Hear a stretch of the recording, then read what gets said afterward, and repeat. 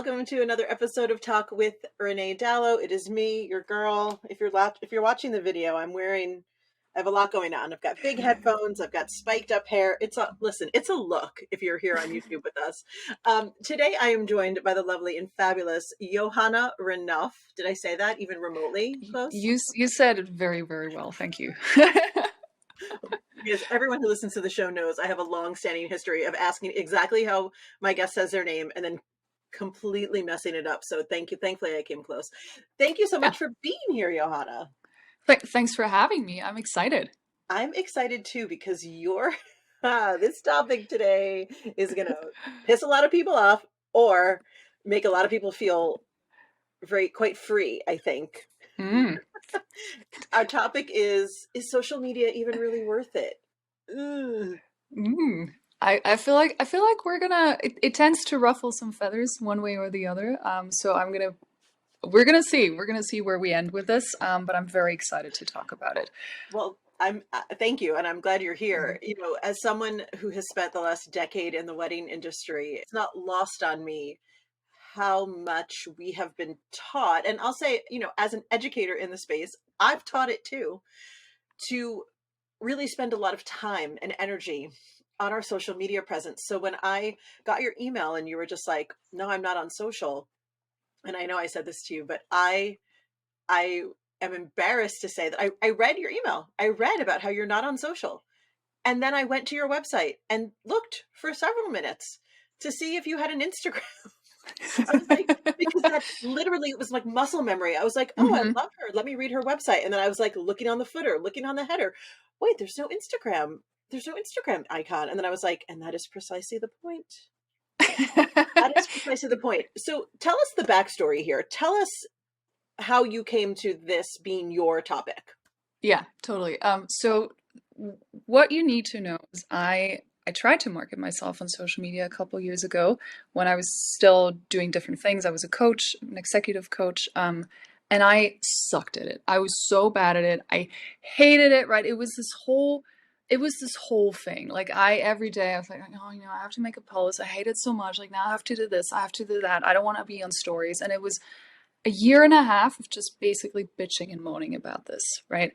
To everyone around me. And of course you don't build a business like that. Of course, even if you're really good at what you do, or if you're really excited about what you're doing, I didn't get anywhere. And at the same time, I was writing a PhD on the consequences and the fallout in society from social media.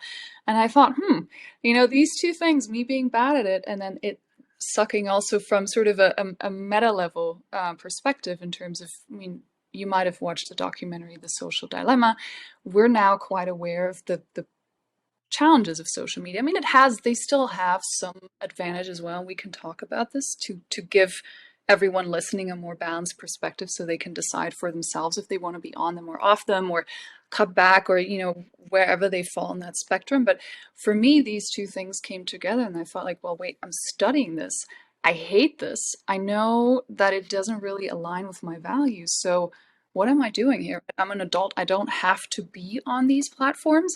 And I think the hardest part for me was because precisely what you were describing, the muscle memory, right? You go to someone's site, you hear all the time, you have to be on social media. And it took me, I would say, a year to a year and a half until I really had it clear about how I wanted to market myself, which channels there were, how I had to do it, sort of my inner resistance to it as well. So I now love talking about it and sharing more about how this works and also sharing how it works more from a higher level perspective, the systematics of how to market yourself, because I find that a lot of education, and it doesn't really matter if you're in the wedding industry or if you're an influencer, there's a lot of, I feel like, well-meaning, but maybe wonky education around how to market yourself and what good marketing actually is. So I like delving deep into all these things. Again, I can see, and it's just funny because whenever I talk about marketing without social media, I get exactly the two reactions that you were describing in the beginning. Either people are so relieved, and they're like, finally, someone, right, who's talking sense to me.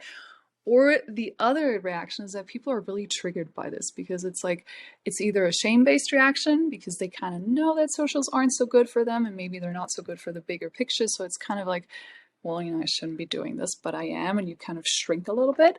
Yeah. And that's not what we're going to talk about today, but just I know people sometimes have this reaction, and sometimes it's just like you go so hard up against people's beliefs that they're basically like, what the fuck are you talking about? Like how would this even work? Like my brain just kind of served up a, what about FOMO? Right? Like, did you have Exactly. any FOMO Hmm. when you got off social, or would you just like burn it behind you and left? When I started out, I was so fed up with it that it took me. It was interesting because the first couple of months I was deep in research and I tried to figure out how to do it. And then I had an idea of how to do it, but then I had to actually learn how to implement that. And that was really hard because there was not, you find a lot of tutorials and things online and you can buy a ton of courses, but not all of those really are so helpful and work so well. So I had to do a lot of trial and erroring. And in the beginning, when that didn't work so well in terms of business, I really felt like maybe I'm just fucking things up right now, right? Is Yeah. this a terrible idea? And I still sometimes have it because then I think like, well, the scale of social media and what if I did this and that? But then I thought, well, actually that's not the business I want to build. Right. And it also, just because you're on there doesn't mean that you're going to go viral or you're going to have this huge, following that's like a lever to sell, I don't know how much of whatever you do. So Right. I tend to, when that comes up and I mean, honestly, I do sometimes have a little bit of FOMO, but I'm just like, well, what am I doing here? Am I doing this? Do I really want to do this? And if I ever came to the point where I realized, well, actually, or maybe a new social network comes around where I feel like there's, the way it works is better, it's more helpful for people, it's healthier for people, then I'm not, you don't need to back yourself in a corner argumentatively and just be like, I will do this for the rest of my life because I hope to be around for another 60 years and maybe we'll do telepathic marketing in 40 years or whatever. I'm not going to, Who knows? I'm not Who going to be knows? like, yeah, exactly. But for now, this is the path I'm on. I feel quite confident that that's doable. And I like to share how to do it in case people want to step away. Yeah. Let's talk about some of the challenges of social media Hmm. from the business point of view. Now, some of them I think my Hmm. audience knows, but I think it's worth discussing just from the like on the granular level, because I think sometimes, like I said at the beginning, especially in the wedding industry, we really over index being on Instagram, being on TikTok, and we talk a lot about sometimes even to the point of like, who are we trying to convince um, of the positives? So let's talk about the Hmm. challenges. Yeah, for sure. Because I'm curious about the wedding industry, and I'll go Mm. into it in a second. But my perspective is that people tend to go into these, maybe you can call them Instagram industries because they're so highly visual, right? If you plan a Mm. wedding, Yeah, Instagram kind of lends itself to that. for And I sure. feel like, and maybe you can confirm with me if that's actually the case, but that at least when Instagram used to be a bit easier to handle, that you could really build a brand or maybe a business based on that. And it was quite accessible, right? Creating a business was more accessible than having to learn like all this really corporate and like drudgy sounding, like, oh, what's a P&L and what's customer acquisition costs and what's long-term Yes, value, yeah. Yeah. 100%. When, Yeah. especially Yeah. when Instagram was Hmm. a bit simpler, and Hmm. I'm showing how long I've been around when I say before we had stories, before we had reels, when Hmm. it was purely Yeah. photo based, it was the best for showing, Yeah. look at this wedding we did last weekend. And I will say in my industry, a lot of people say, and I say this to my wedding planning clients to this day, oh, if you want to see someone's more recent work, just go to their Instagram, because Instagram Ah. is Hmm. has become a place to sort of hold your portfolio, for better or for worse, because Hmm. most people are on Instagram daily and updating their website maybe once a year. Yeah. And Yeah. that I understand. I think this is also something we can go into in a moment, or a little later in our conversation, to also talk about the realities of an industry and not just be like, this is unicorns and rainbows and everything's going to be Right. fine, because whatever you do in your marketing, you need to have a strategy for it. But so what you described for the wedding industry is something that I see happening across a lot of different industries that were primarily built on social media first. And then there comes a point now that social media has gotten a lot more complicated. You need to put a lot more work in it. It's literally it's a job that people have, but especially when you're a solopreneur or when you have a really small team, you need to be very considerate about where you invest your time and energy. So I think that's really the first concern when it comes to social media and businesses. It can be a time sink, no matter what people tell you about scheduling and batch creating, but you still need to be in DMs and comment, and you need to be active for the algorithm.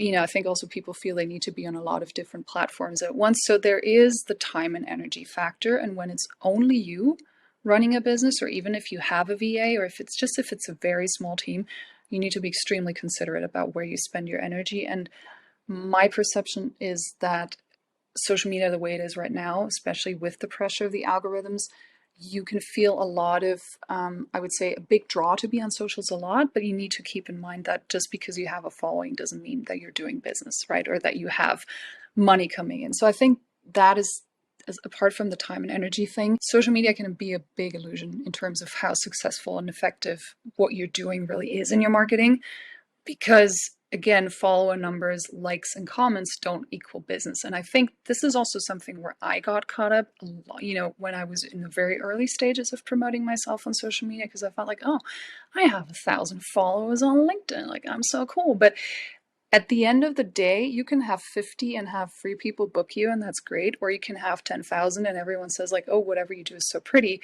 but you're not getting business from it. So I think Yeah. the ruse of social media in that sense is something to be really, really watchful of, because even though you have a following, it doesn't have to translate into opportunity. That was an Hmm. interesting point. I got into TikTok during the pandemic, like many of us did. There was a creator on TikTok that I wish I could remember her name during the pandemic, where she had amassed like 1 million followers quite quickly. And then she decided to launch like a t-shirt that had like her logo on it, or some slogan she said, or some tagline. And she sold like 10 t-shirts. Mm, yeah, And that's when I thought, oh, TikTok is real shiny. Is it going to convert? And I feel the same way exactly. sometimes. And like you, I feel the same way sometimes about Instagram. The people also, there's a lot of fake followers on Instagram. So like people that you Yeah. follow in the wedding industry that have like 10,000 followers, but like you look at their feed and you're not quite sure what they do or how long they've been in Free business. comments, what's going Right. on? Or Yeah. like they have like 10,000 followers, but only like 20 likes on a Hmm. photo, and I'm like, well, that doesn't add up. So it is a lot of smoke and mirrors for Yeah. sure.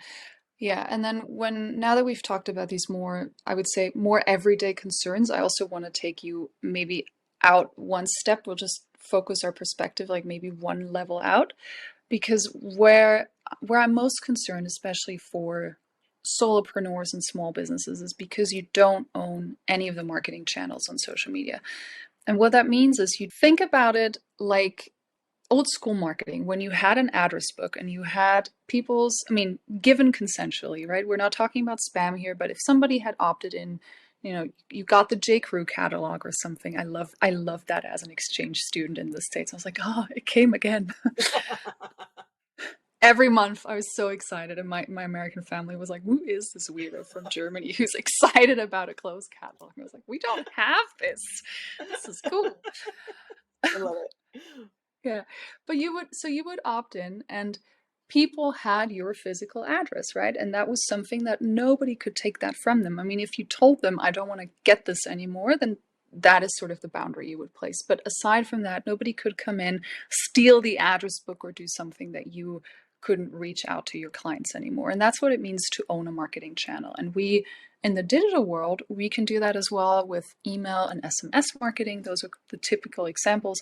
But with social media, it's really tricky because everything is baked into a platform. You essentially spend all this time and energy on creating something that's locked into the platform, because you can't just go ahead and download the email addresses of all the people who followed you, or all the people who've DM'd you, or however you would establish content to that, but it's locked in. And if you at some point in your life, or at some on some day, you maybe feel like I do, or maybe you're just over doing this type of content creation and marketing, you're basically stuck, because you're about to lose years and years and years of values of your work.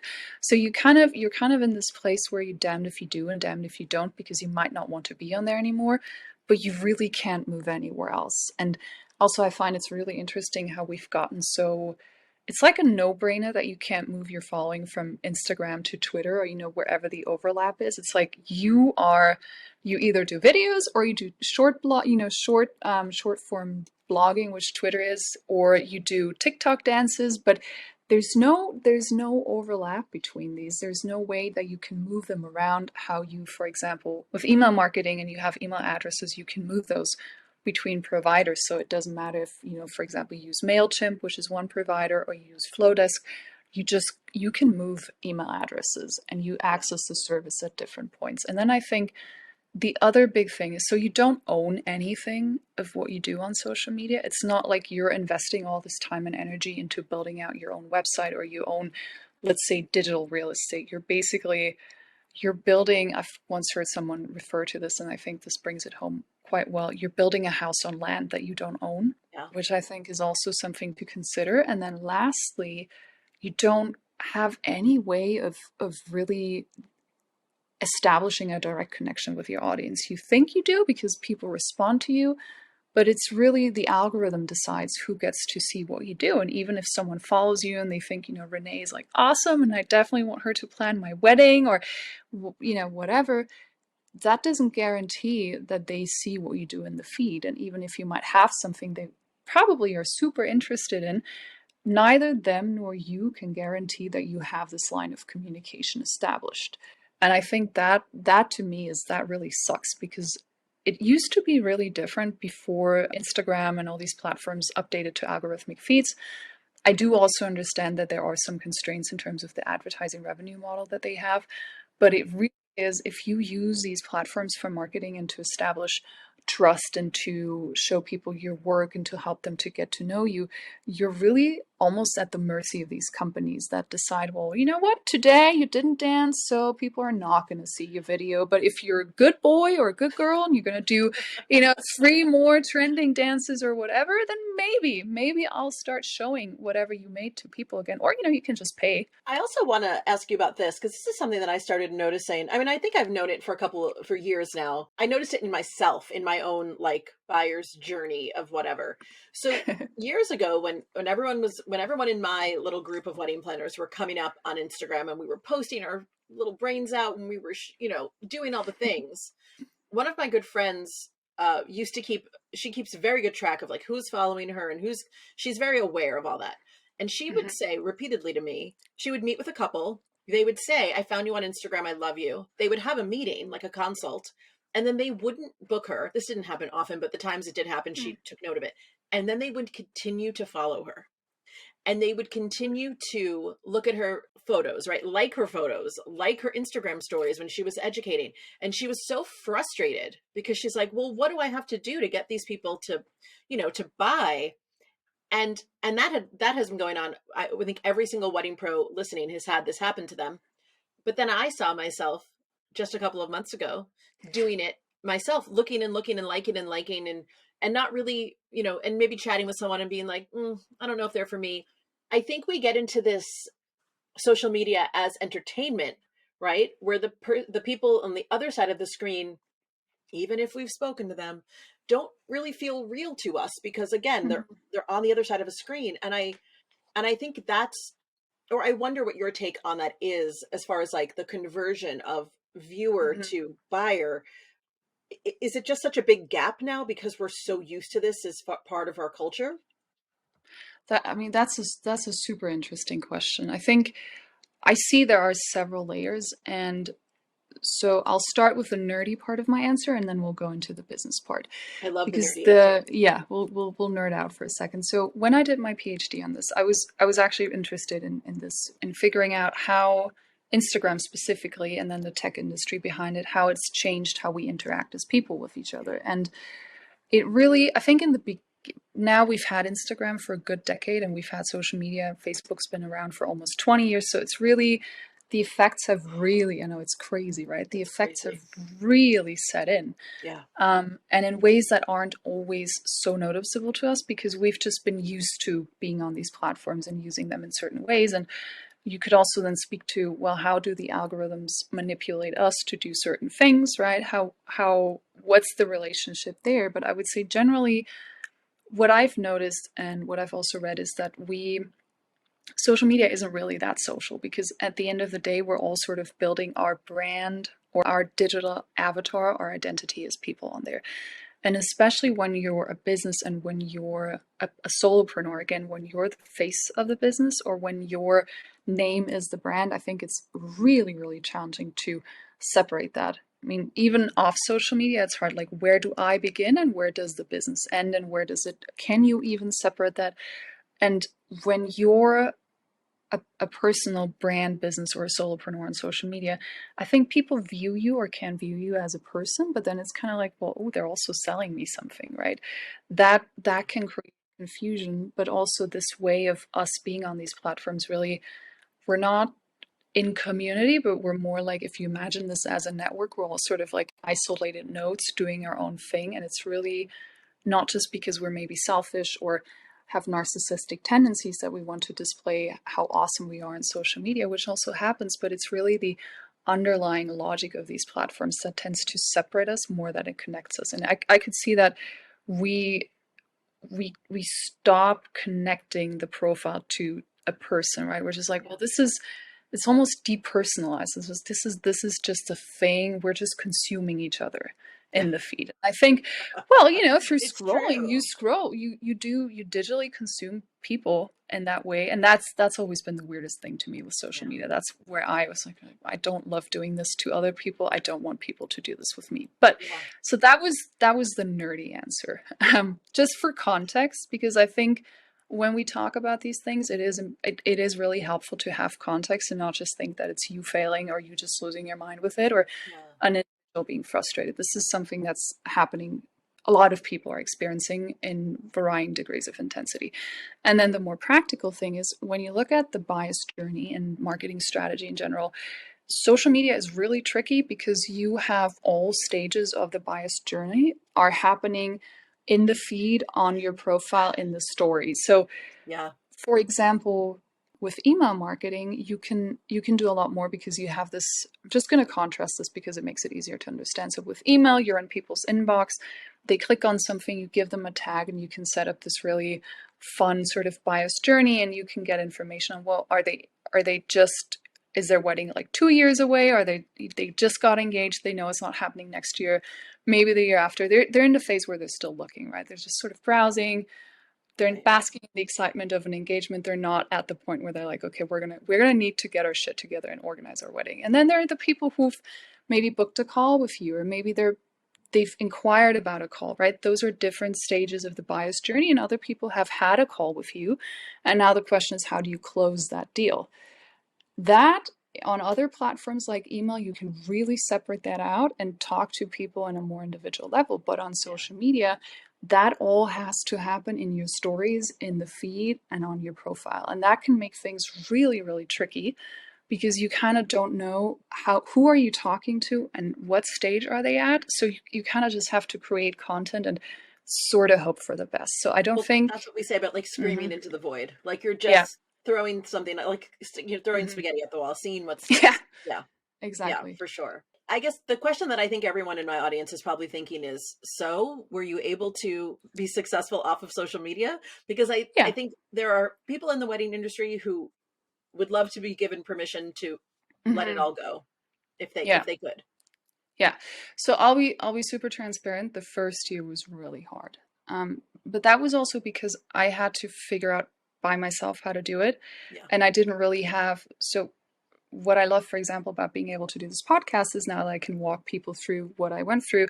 So you don't have to do the same trial and erroring that I've already done. So it Yeah. puts you a step ahead.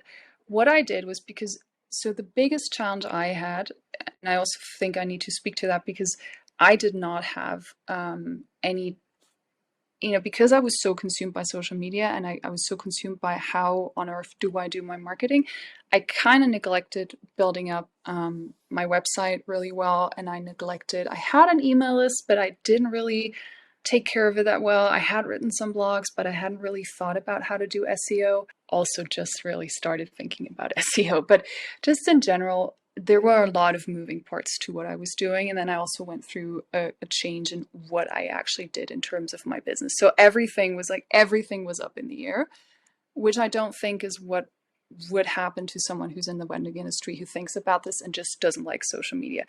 And I also, because I was so fed up, I just got to the point where I was like, you know what, screw this. I'm going to do like go to zero and clear out everything and start fresh. And I would not necessarily recommend that to people because it just, just a thought, because it makes your life a lot harder. Yeah. But for example, if you already have a following on social media, or if you already have a website that you're using quite frequently, or if you, like me in the past, liked SEO conceptually, the idea of SEO sounded really good. Who people coming to me from Google, how fun, but that sounds like a lot of work, so let's just push it off for another 3 months. All these channels, I think the transition, if you do it well and if you do it intentionally, it takes a little bit of time. So you really need to dig into who's my customer, what are they thinking about, where do they hang out, where else do they hang out where I'm not thinking about. Because the other thing that happens a lot with socials is we get so siloed in our thoughts that it's socials or nothing. Yeah. And what I found that creatively, especially, is because it's kind of a creative challenge for me now. The creative constraint is no social media. So the question is, well, what do I do, right? How can I use this in a creative way? How can I reach out to people in a creative way? For example, me reaching out to you for the podcast. That's one of the ways to connect with people. But I think if you look at it in terms of a marketing strategy thing and to learn from my mistakes, so you don't have to go through this, I would say you really do it in a way where you're like, you go very stringent on your marketing strategy. So it's like, where are people? How do I serve them? What are their pain points? What solution can I provide for them? Yeah. Where are they? How do I speak to them to bring them into a world through a lead magnet or through, you can use social media for that type of thing still. Yes. And then the question is, what do you do to convert them, right? To educate them about your services, about who you are, to get them to the point where they close or book working with you. Right. And then afterwards, you have a really good onboarding process and maybe send them reminder emails. And, you just invest in taking care of your customers. And in terms of that, when you look at it that way, you can decide for yourself essentially which channels you use, even though it depends a bit. For example, if you have a business that's very locally focused in the wedding industry, you might want to do like more local PR, you might want to do more local SEO, you might want to do more local collaborations. If your thing is destination weddings, then you have to think about this a bit differently. You can't just be like, I'll be, I don't know, on my local blog, because, even though you may be based in the Bahamas and that's nice, people are going to the Bahamas and you have to catch them wherever they're coming from. So those, I would say, are the differences. I'm just I always try to put myself in the the seat of a listener who's like, well, I really want to get off social. And I think I just want to highlight what you said about, like, if that is the goal, if you're listening and you're like, get me off of Instagram, creating a lead magnet and getting as many of those people who follow you on Instagram into your own email list is going to be the most practical way to do, to get ownership of the people that love you on the internet, and then try to convert them. Because I was just as you said that, I thought, there are some people who are in my inbox and I have no idea who they are on social. Like, I don't even follow them on social, but they're in my inbox. So I feel like, oh, I know what's going on with them because they take care of their email list. And by that, I mean like an email every couple of weeks. I'm not like, talking about a 6-month constant emailing every single day. Like that would be bananas. But like a consistency in the inbox might actually make you more money than a consistency on Instagram. Yeah. And I totally agree on that. I think if you want to step away from social media, so again, the first thing is, I don't recommend that you burn it all down. I mean, you can, you're an adult listening to this, you can do whatever you want. Nobody's here to tell you what to do. Yay, being an adult. But if you want to do this in a way where the transition is a bit smoother than I had it, then you want to, build out an email list. That is, even though I don't like blanket advice, because every business is different and every person running a business is different, I think the wisdom of an email list really is what I talked about at the beginning. It's like when I talked about the J. Crew catalog and how that translates to marketing. So the email list really is something that you own and that you have in your business, and nobody can take that from you. And even if you at some point ever decide that maybe wedding isn't for you anymore, you still have a loyal group of people, or people who are used to being in communication with you, Yeah. that you can then take on this next step in your journey. So you give yourself, with an email list, you give yourself options, and you give yourself, it's like an insurance from you for your business. Because the one thing we haven't talked about yet is what happens when you get locked out of your Instagram account, or Oh, what if you get blocked, or what if you're shadow banned, or what if I what if you're last year, hacked? Yeah. yeah, what if you're hacked and then you can't access it anymore? Even if you want to be on social media in some shape, form, or capacity, you do want to have that one marketing channel that you own. And no matter what happens, nobody can take it from you. Nothing can take it from you, because that's like your business insurance. And you take care of that list, like you said, Renee. Send them an email once a month. Start out like that. You don't have to email people every week if that's just too much, but send them an email every month, or maybe every other week. Just also get people used to you being in their inbox, because if you don't do anything and then you start emailing them every other day, that's no, that's madness, because they're just not used to you doing that. Yep. So you can do that. And especially with email marketing, I also recommend that you do some YouTube searching on email Mm. marketing automations, because that, especially if you're listening to this, an automation is really awesome, because you set it up once, you tweak it here and there, but it's this thing. For example, if someone signs up for your email list, the thing you need to do is they need to get an email first, a welcome email from you, so they know what's up, basically, right? And you Yeah. maybe know this too as a listener, or you, Renee, when you sign up for someone's newsletter, you don't hear anything, you don't even know if you're on it, and then Yeah. 6 months later they're like, hey, buy this for me, and you're just like, Very well, what's suspicious behavior. I yeah, unsubscribe exactly, immediately. Yeah. No, exactly. no. So Everyone listening I'm pretty sure everyone listening here, if they're a regular listener, has been through several of my email funnels. mhm. So Okay, welcome. perfect. Yeah. And so at least you send them an email that lets them know what's up, and what who you are and what you do. And then you do what Renee says, you can build out funnels where you walk them through your services, or you walk them through your story or previous clients, and all that you set up once, and then you see how people respond. And then the only thing you maybe do is tweak the copy, or maybe space out the sequence a bit. But I mean, in comparison to social media, to me, that sounds like a dream, because you do it once and you only tweak. And for social media, you have to constantly feed the beast, in a sense. So Yeah. that is really great. And you can use your existing social media presence to funnel people to your email list, like you said. I think that's a really good idea. The other thing is, if you really want to get off Instagram, but you're a little concerned about the effect that you also described at the beginning of our conversation, of like, well, who is this person? And I just want to see their Instagram to check if they're legit, if they're alive, like what's going on. You Right. can also have a static Instagram, for example, where you just show a couple of examples of your work, and maybe Yeah. put one intro square where it says like, hey, you know what?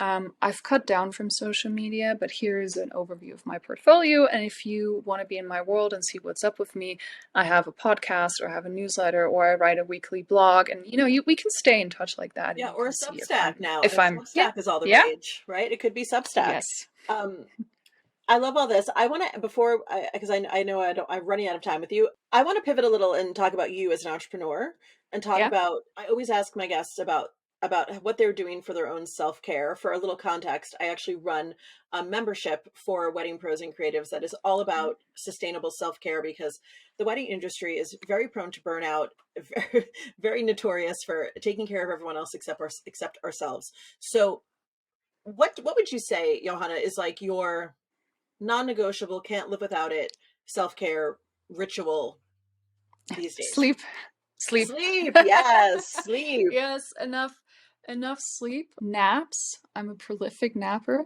I love taking naps. I love it. Yeah, whenever, I know it's not always possible, but I really, if I feel like towards the middle of the day my energy is crashing, I'm just like, you know what? I'm gonna go take a nap, and that usually works really well. Hydration. We talked about this before the podcast. Mm-hmm. Hydration is big, and yep, my big jug here. Yes. And I love walks in nature and just being out in nature. That to me is always really healing. And I would say right now, if you're listening to this, I also want to be real right now. I'm in front of the computer quite a bit because I have to, there are a couple of things I need to take care of. And sometimes that's okay.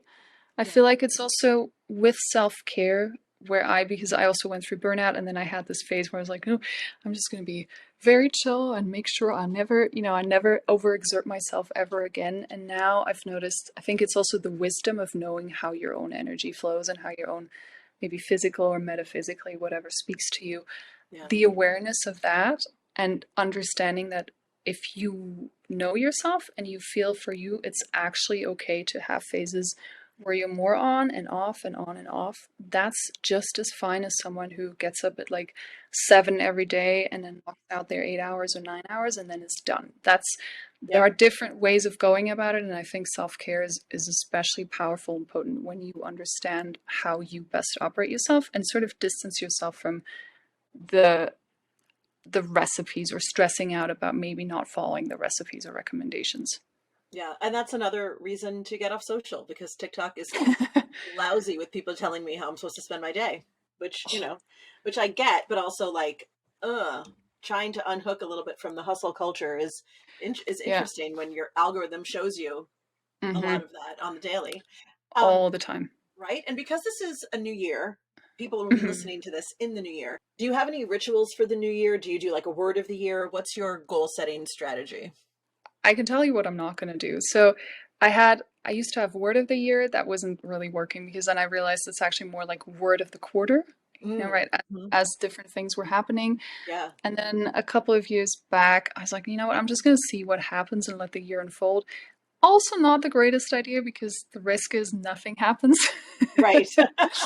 So this year, I think I'm going to, and we're recording this about 2 weeks before Christmas, so I still need to dive deeper into this thing and what I want for next year to happen. But I think I'll actually do some old school goal setting, but in an intentional way. So I know I want to travel more next year, and I'll probably write a list of three places I want to travel to.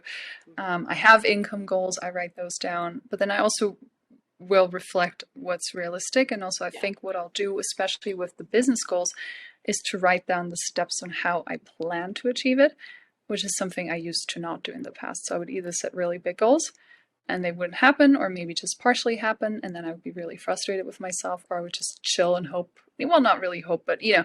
chill and think like, oh, I'll just flow and see what happens. And Right. nothing. For me, nothing happens Right. Right. like Right. that. I Other people look really good as the Instagram goddess on the beach doing nothing and making millions. For me, I don't know.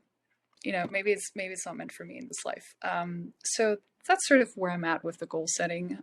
But I can send you an email in the new year and be like, so Renee, Yes, here's tell my me everything. 15, here's my very, very neurotic sounding 15-step plan for the new year. Because I actually, and I think especially as you and I as women talking to each other, I feel like I've been deconditioning a lot from the sort of hindrances I felt around being ambitious and wanting to actually do cool things and maybe wanting to take a career path that's maybe very non-traditional for women or just less usual. Yeah. So I feel like I'm now at the space where, have you ever seen the Friends episode where Monica and what's his name again, Chandler, when they go to play squash with his boss, and Oh, Monica yes. is she is So so competitive. ambitious, and so Yeah. competitive, and I feel that the little girl inside of me has a lot of that too, and Monica gets like, so she wants to win to the Hmm. point I feel like Chandler almost loses his job, and then she like smashes the racket, and you see this. Uh-huh. Yeah, yeah, yeah, Yeah. exactly. That is my truest self. That Hmm. episode of Monica. Like when I saw Yeah, that, I was like, "Yep, that's me." yeah, right. Yeah. I resonate with that a lot. Well, Johanna, for everyone listening, what has been your biggest lesson in leaving social media for you? The biggest lesson when you do that, or for me, has been to really start trusting myself and to undo everything I'd heard about how to do business and how to do things. And that took me longer almost than to figure out how to do it, because I would say only this year last year I was in my path to being off social media. In 2021, I decided I didn't want to do it. Last year was really about figuring out how to do it up to the middle of the year. Hmm. And then I finally settled into things where I was like, okay, now I got it, but it took me much longer to really sort of get out everything of my mind I had learned from people on Instagram who were telling me how to run businesses through, I don't know, feminine energy and Uh-huh. hustling. And, you know, it's I feel Yeah. like there's only the extremes of either chilling your way to success or grinding your way there. And for most people, I find that the reality is in the middle somewhat, and which is also one of the side effects of Instagram and just generally social media and social media business advice. At this point, I would be very hesitant to take business advice from anyone on social media. She's Anyone. calling me out, y'all. No, I'm just kidding. I'm kidding. No, but I mean, if context is established, that makes sense. But just, I would say what you were saying with the person, with the people on TikTok telling you how to live your life, like, Yeah. mm-mm. No, Consider no. the source always.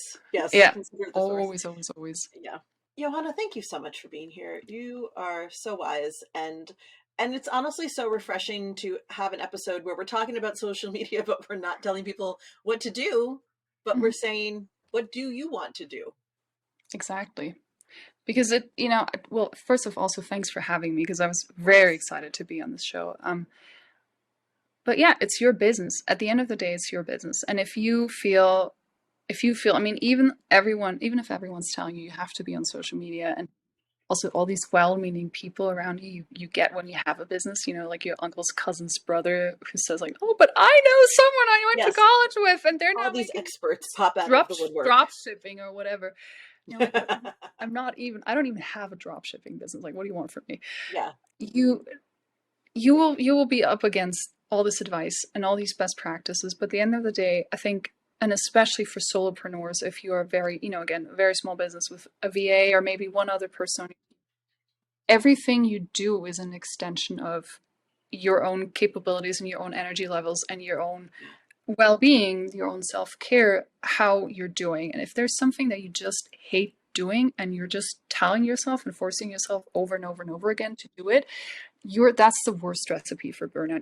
You're on a pretty, I wouldn't say 100% path, but a very likely path to just burning yourself out and making yourself miserable. So Yeah. if you take anything away from this conversation, you know, personally, I think social media isn't that great. I think for business, is it worth it? You know, maybe as a branding tool. I get that in some industries, people want to look you up and see if you're legit. Fine, we're not dogmatic here, but I really think for your well-being as a business owner, just make sure that you don't build a sandcastle on social media, but make sure that you're Yeah. building a solid business that also allows you to step away when you need to and to free you from that pressure of one conforming to someone else's expectations, and two, just conforming to what the algorithms keep asking of you, because you are a person running a business. You're not You should always come first, and the Yeah. service that you provide to people. And the more you try to force yourself into this box of having to achieve and having to grind out, you're just making yourself miserable. And sometimes in business, you have phases where it really sucks and you maybe just have a lot to do. Or I can imagine in the wedding season, you also have busy seasons. November Yeah. probably isn't it, right? But Yeah. that happens, that comes with the territory. But just this underlying feeling like this really fucking sucks and I hate it.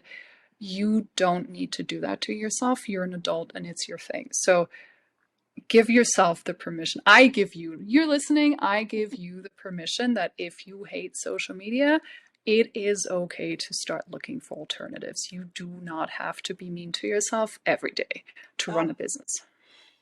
all right. You heard it here first. Johanna gave you permission. So, with that Yes. permission, friends, I want to allow you to go back to your life, back to your business, back to your world. Don't open the Instagram app, maybe just not right now. And let us know if this, conversation has sparked any ideas in you. You know, my DMs are always open at Renee Dalo. Johanna, where can people find you? Yeah. That's So not social my media. yeah, exactly. So my email inbox is also always open. But There the you go. best way to find me is to go to buysocialmedia.com. So it's buy like goodbye.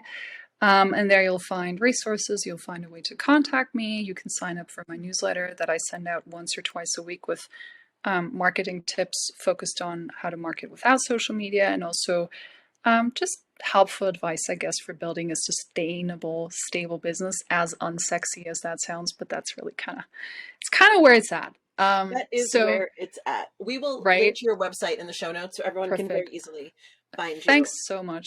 Thank And you so much.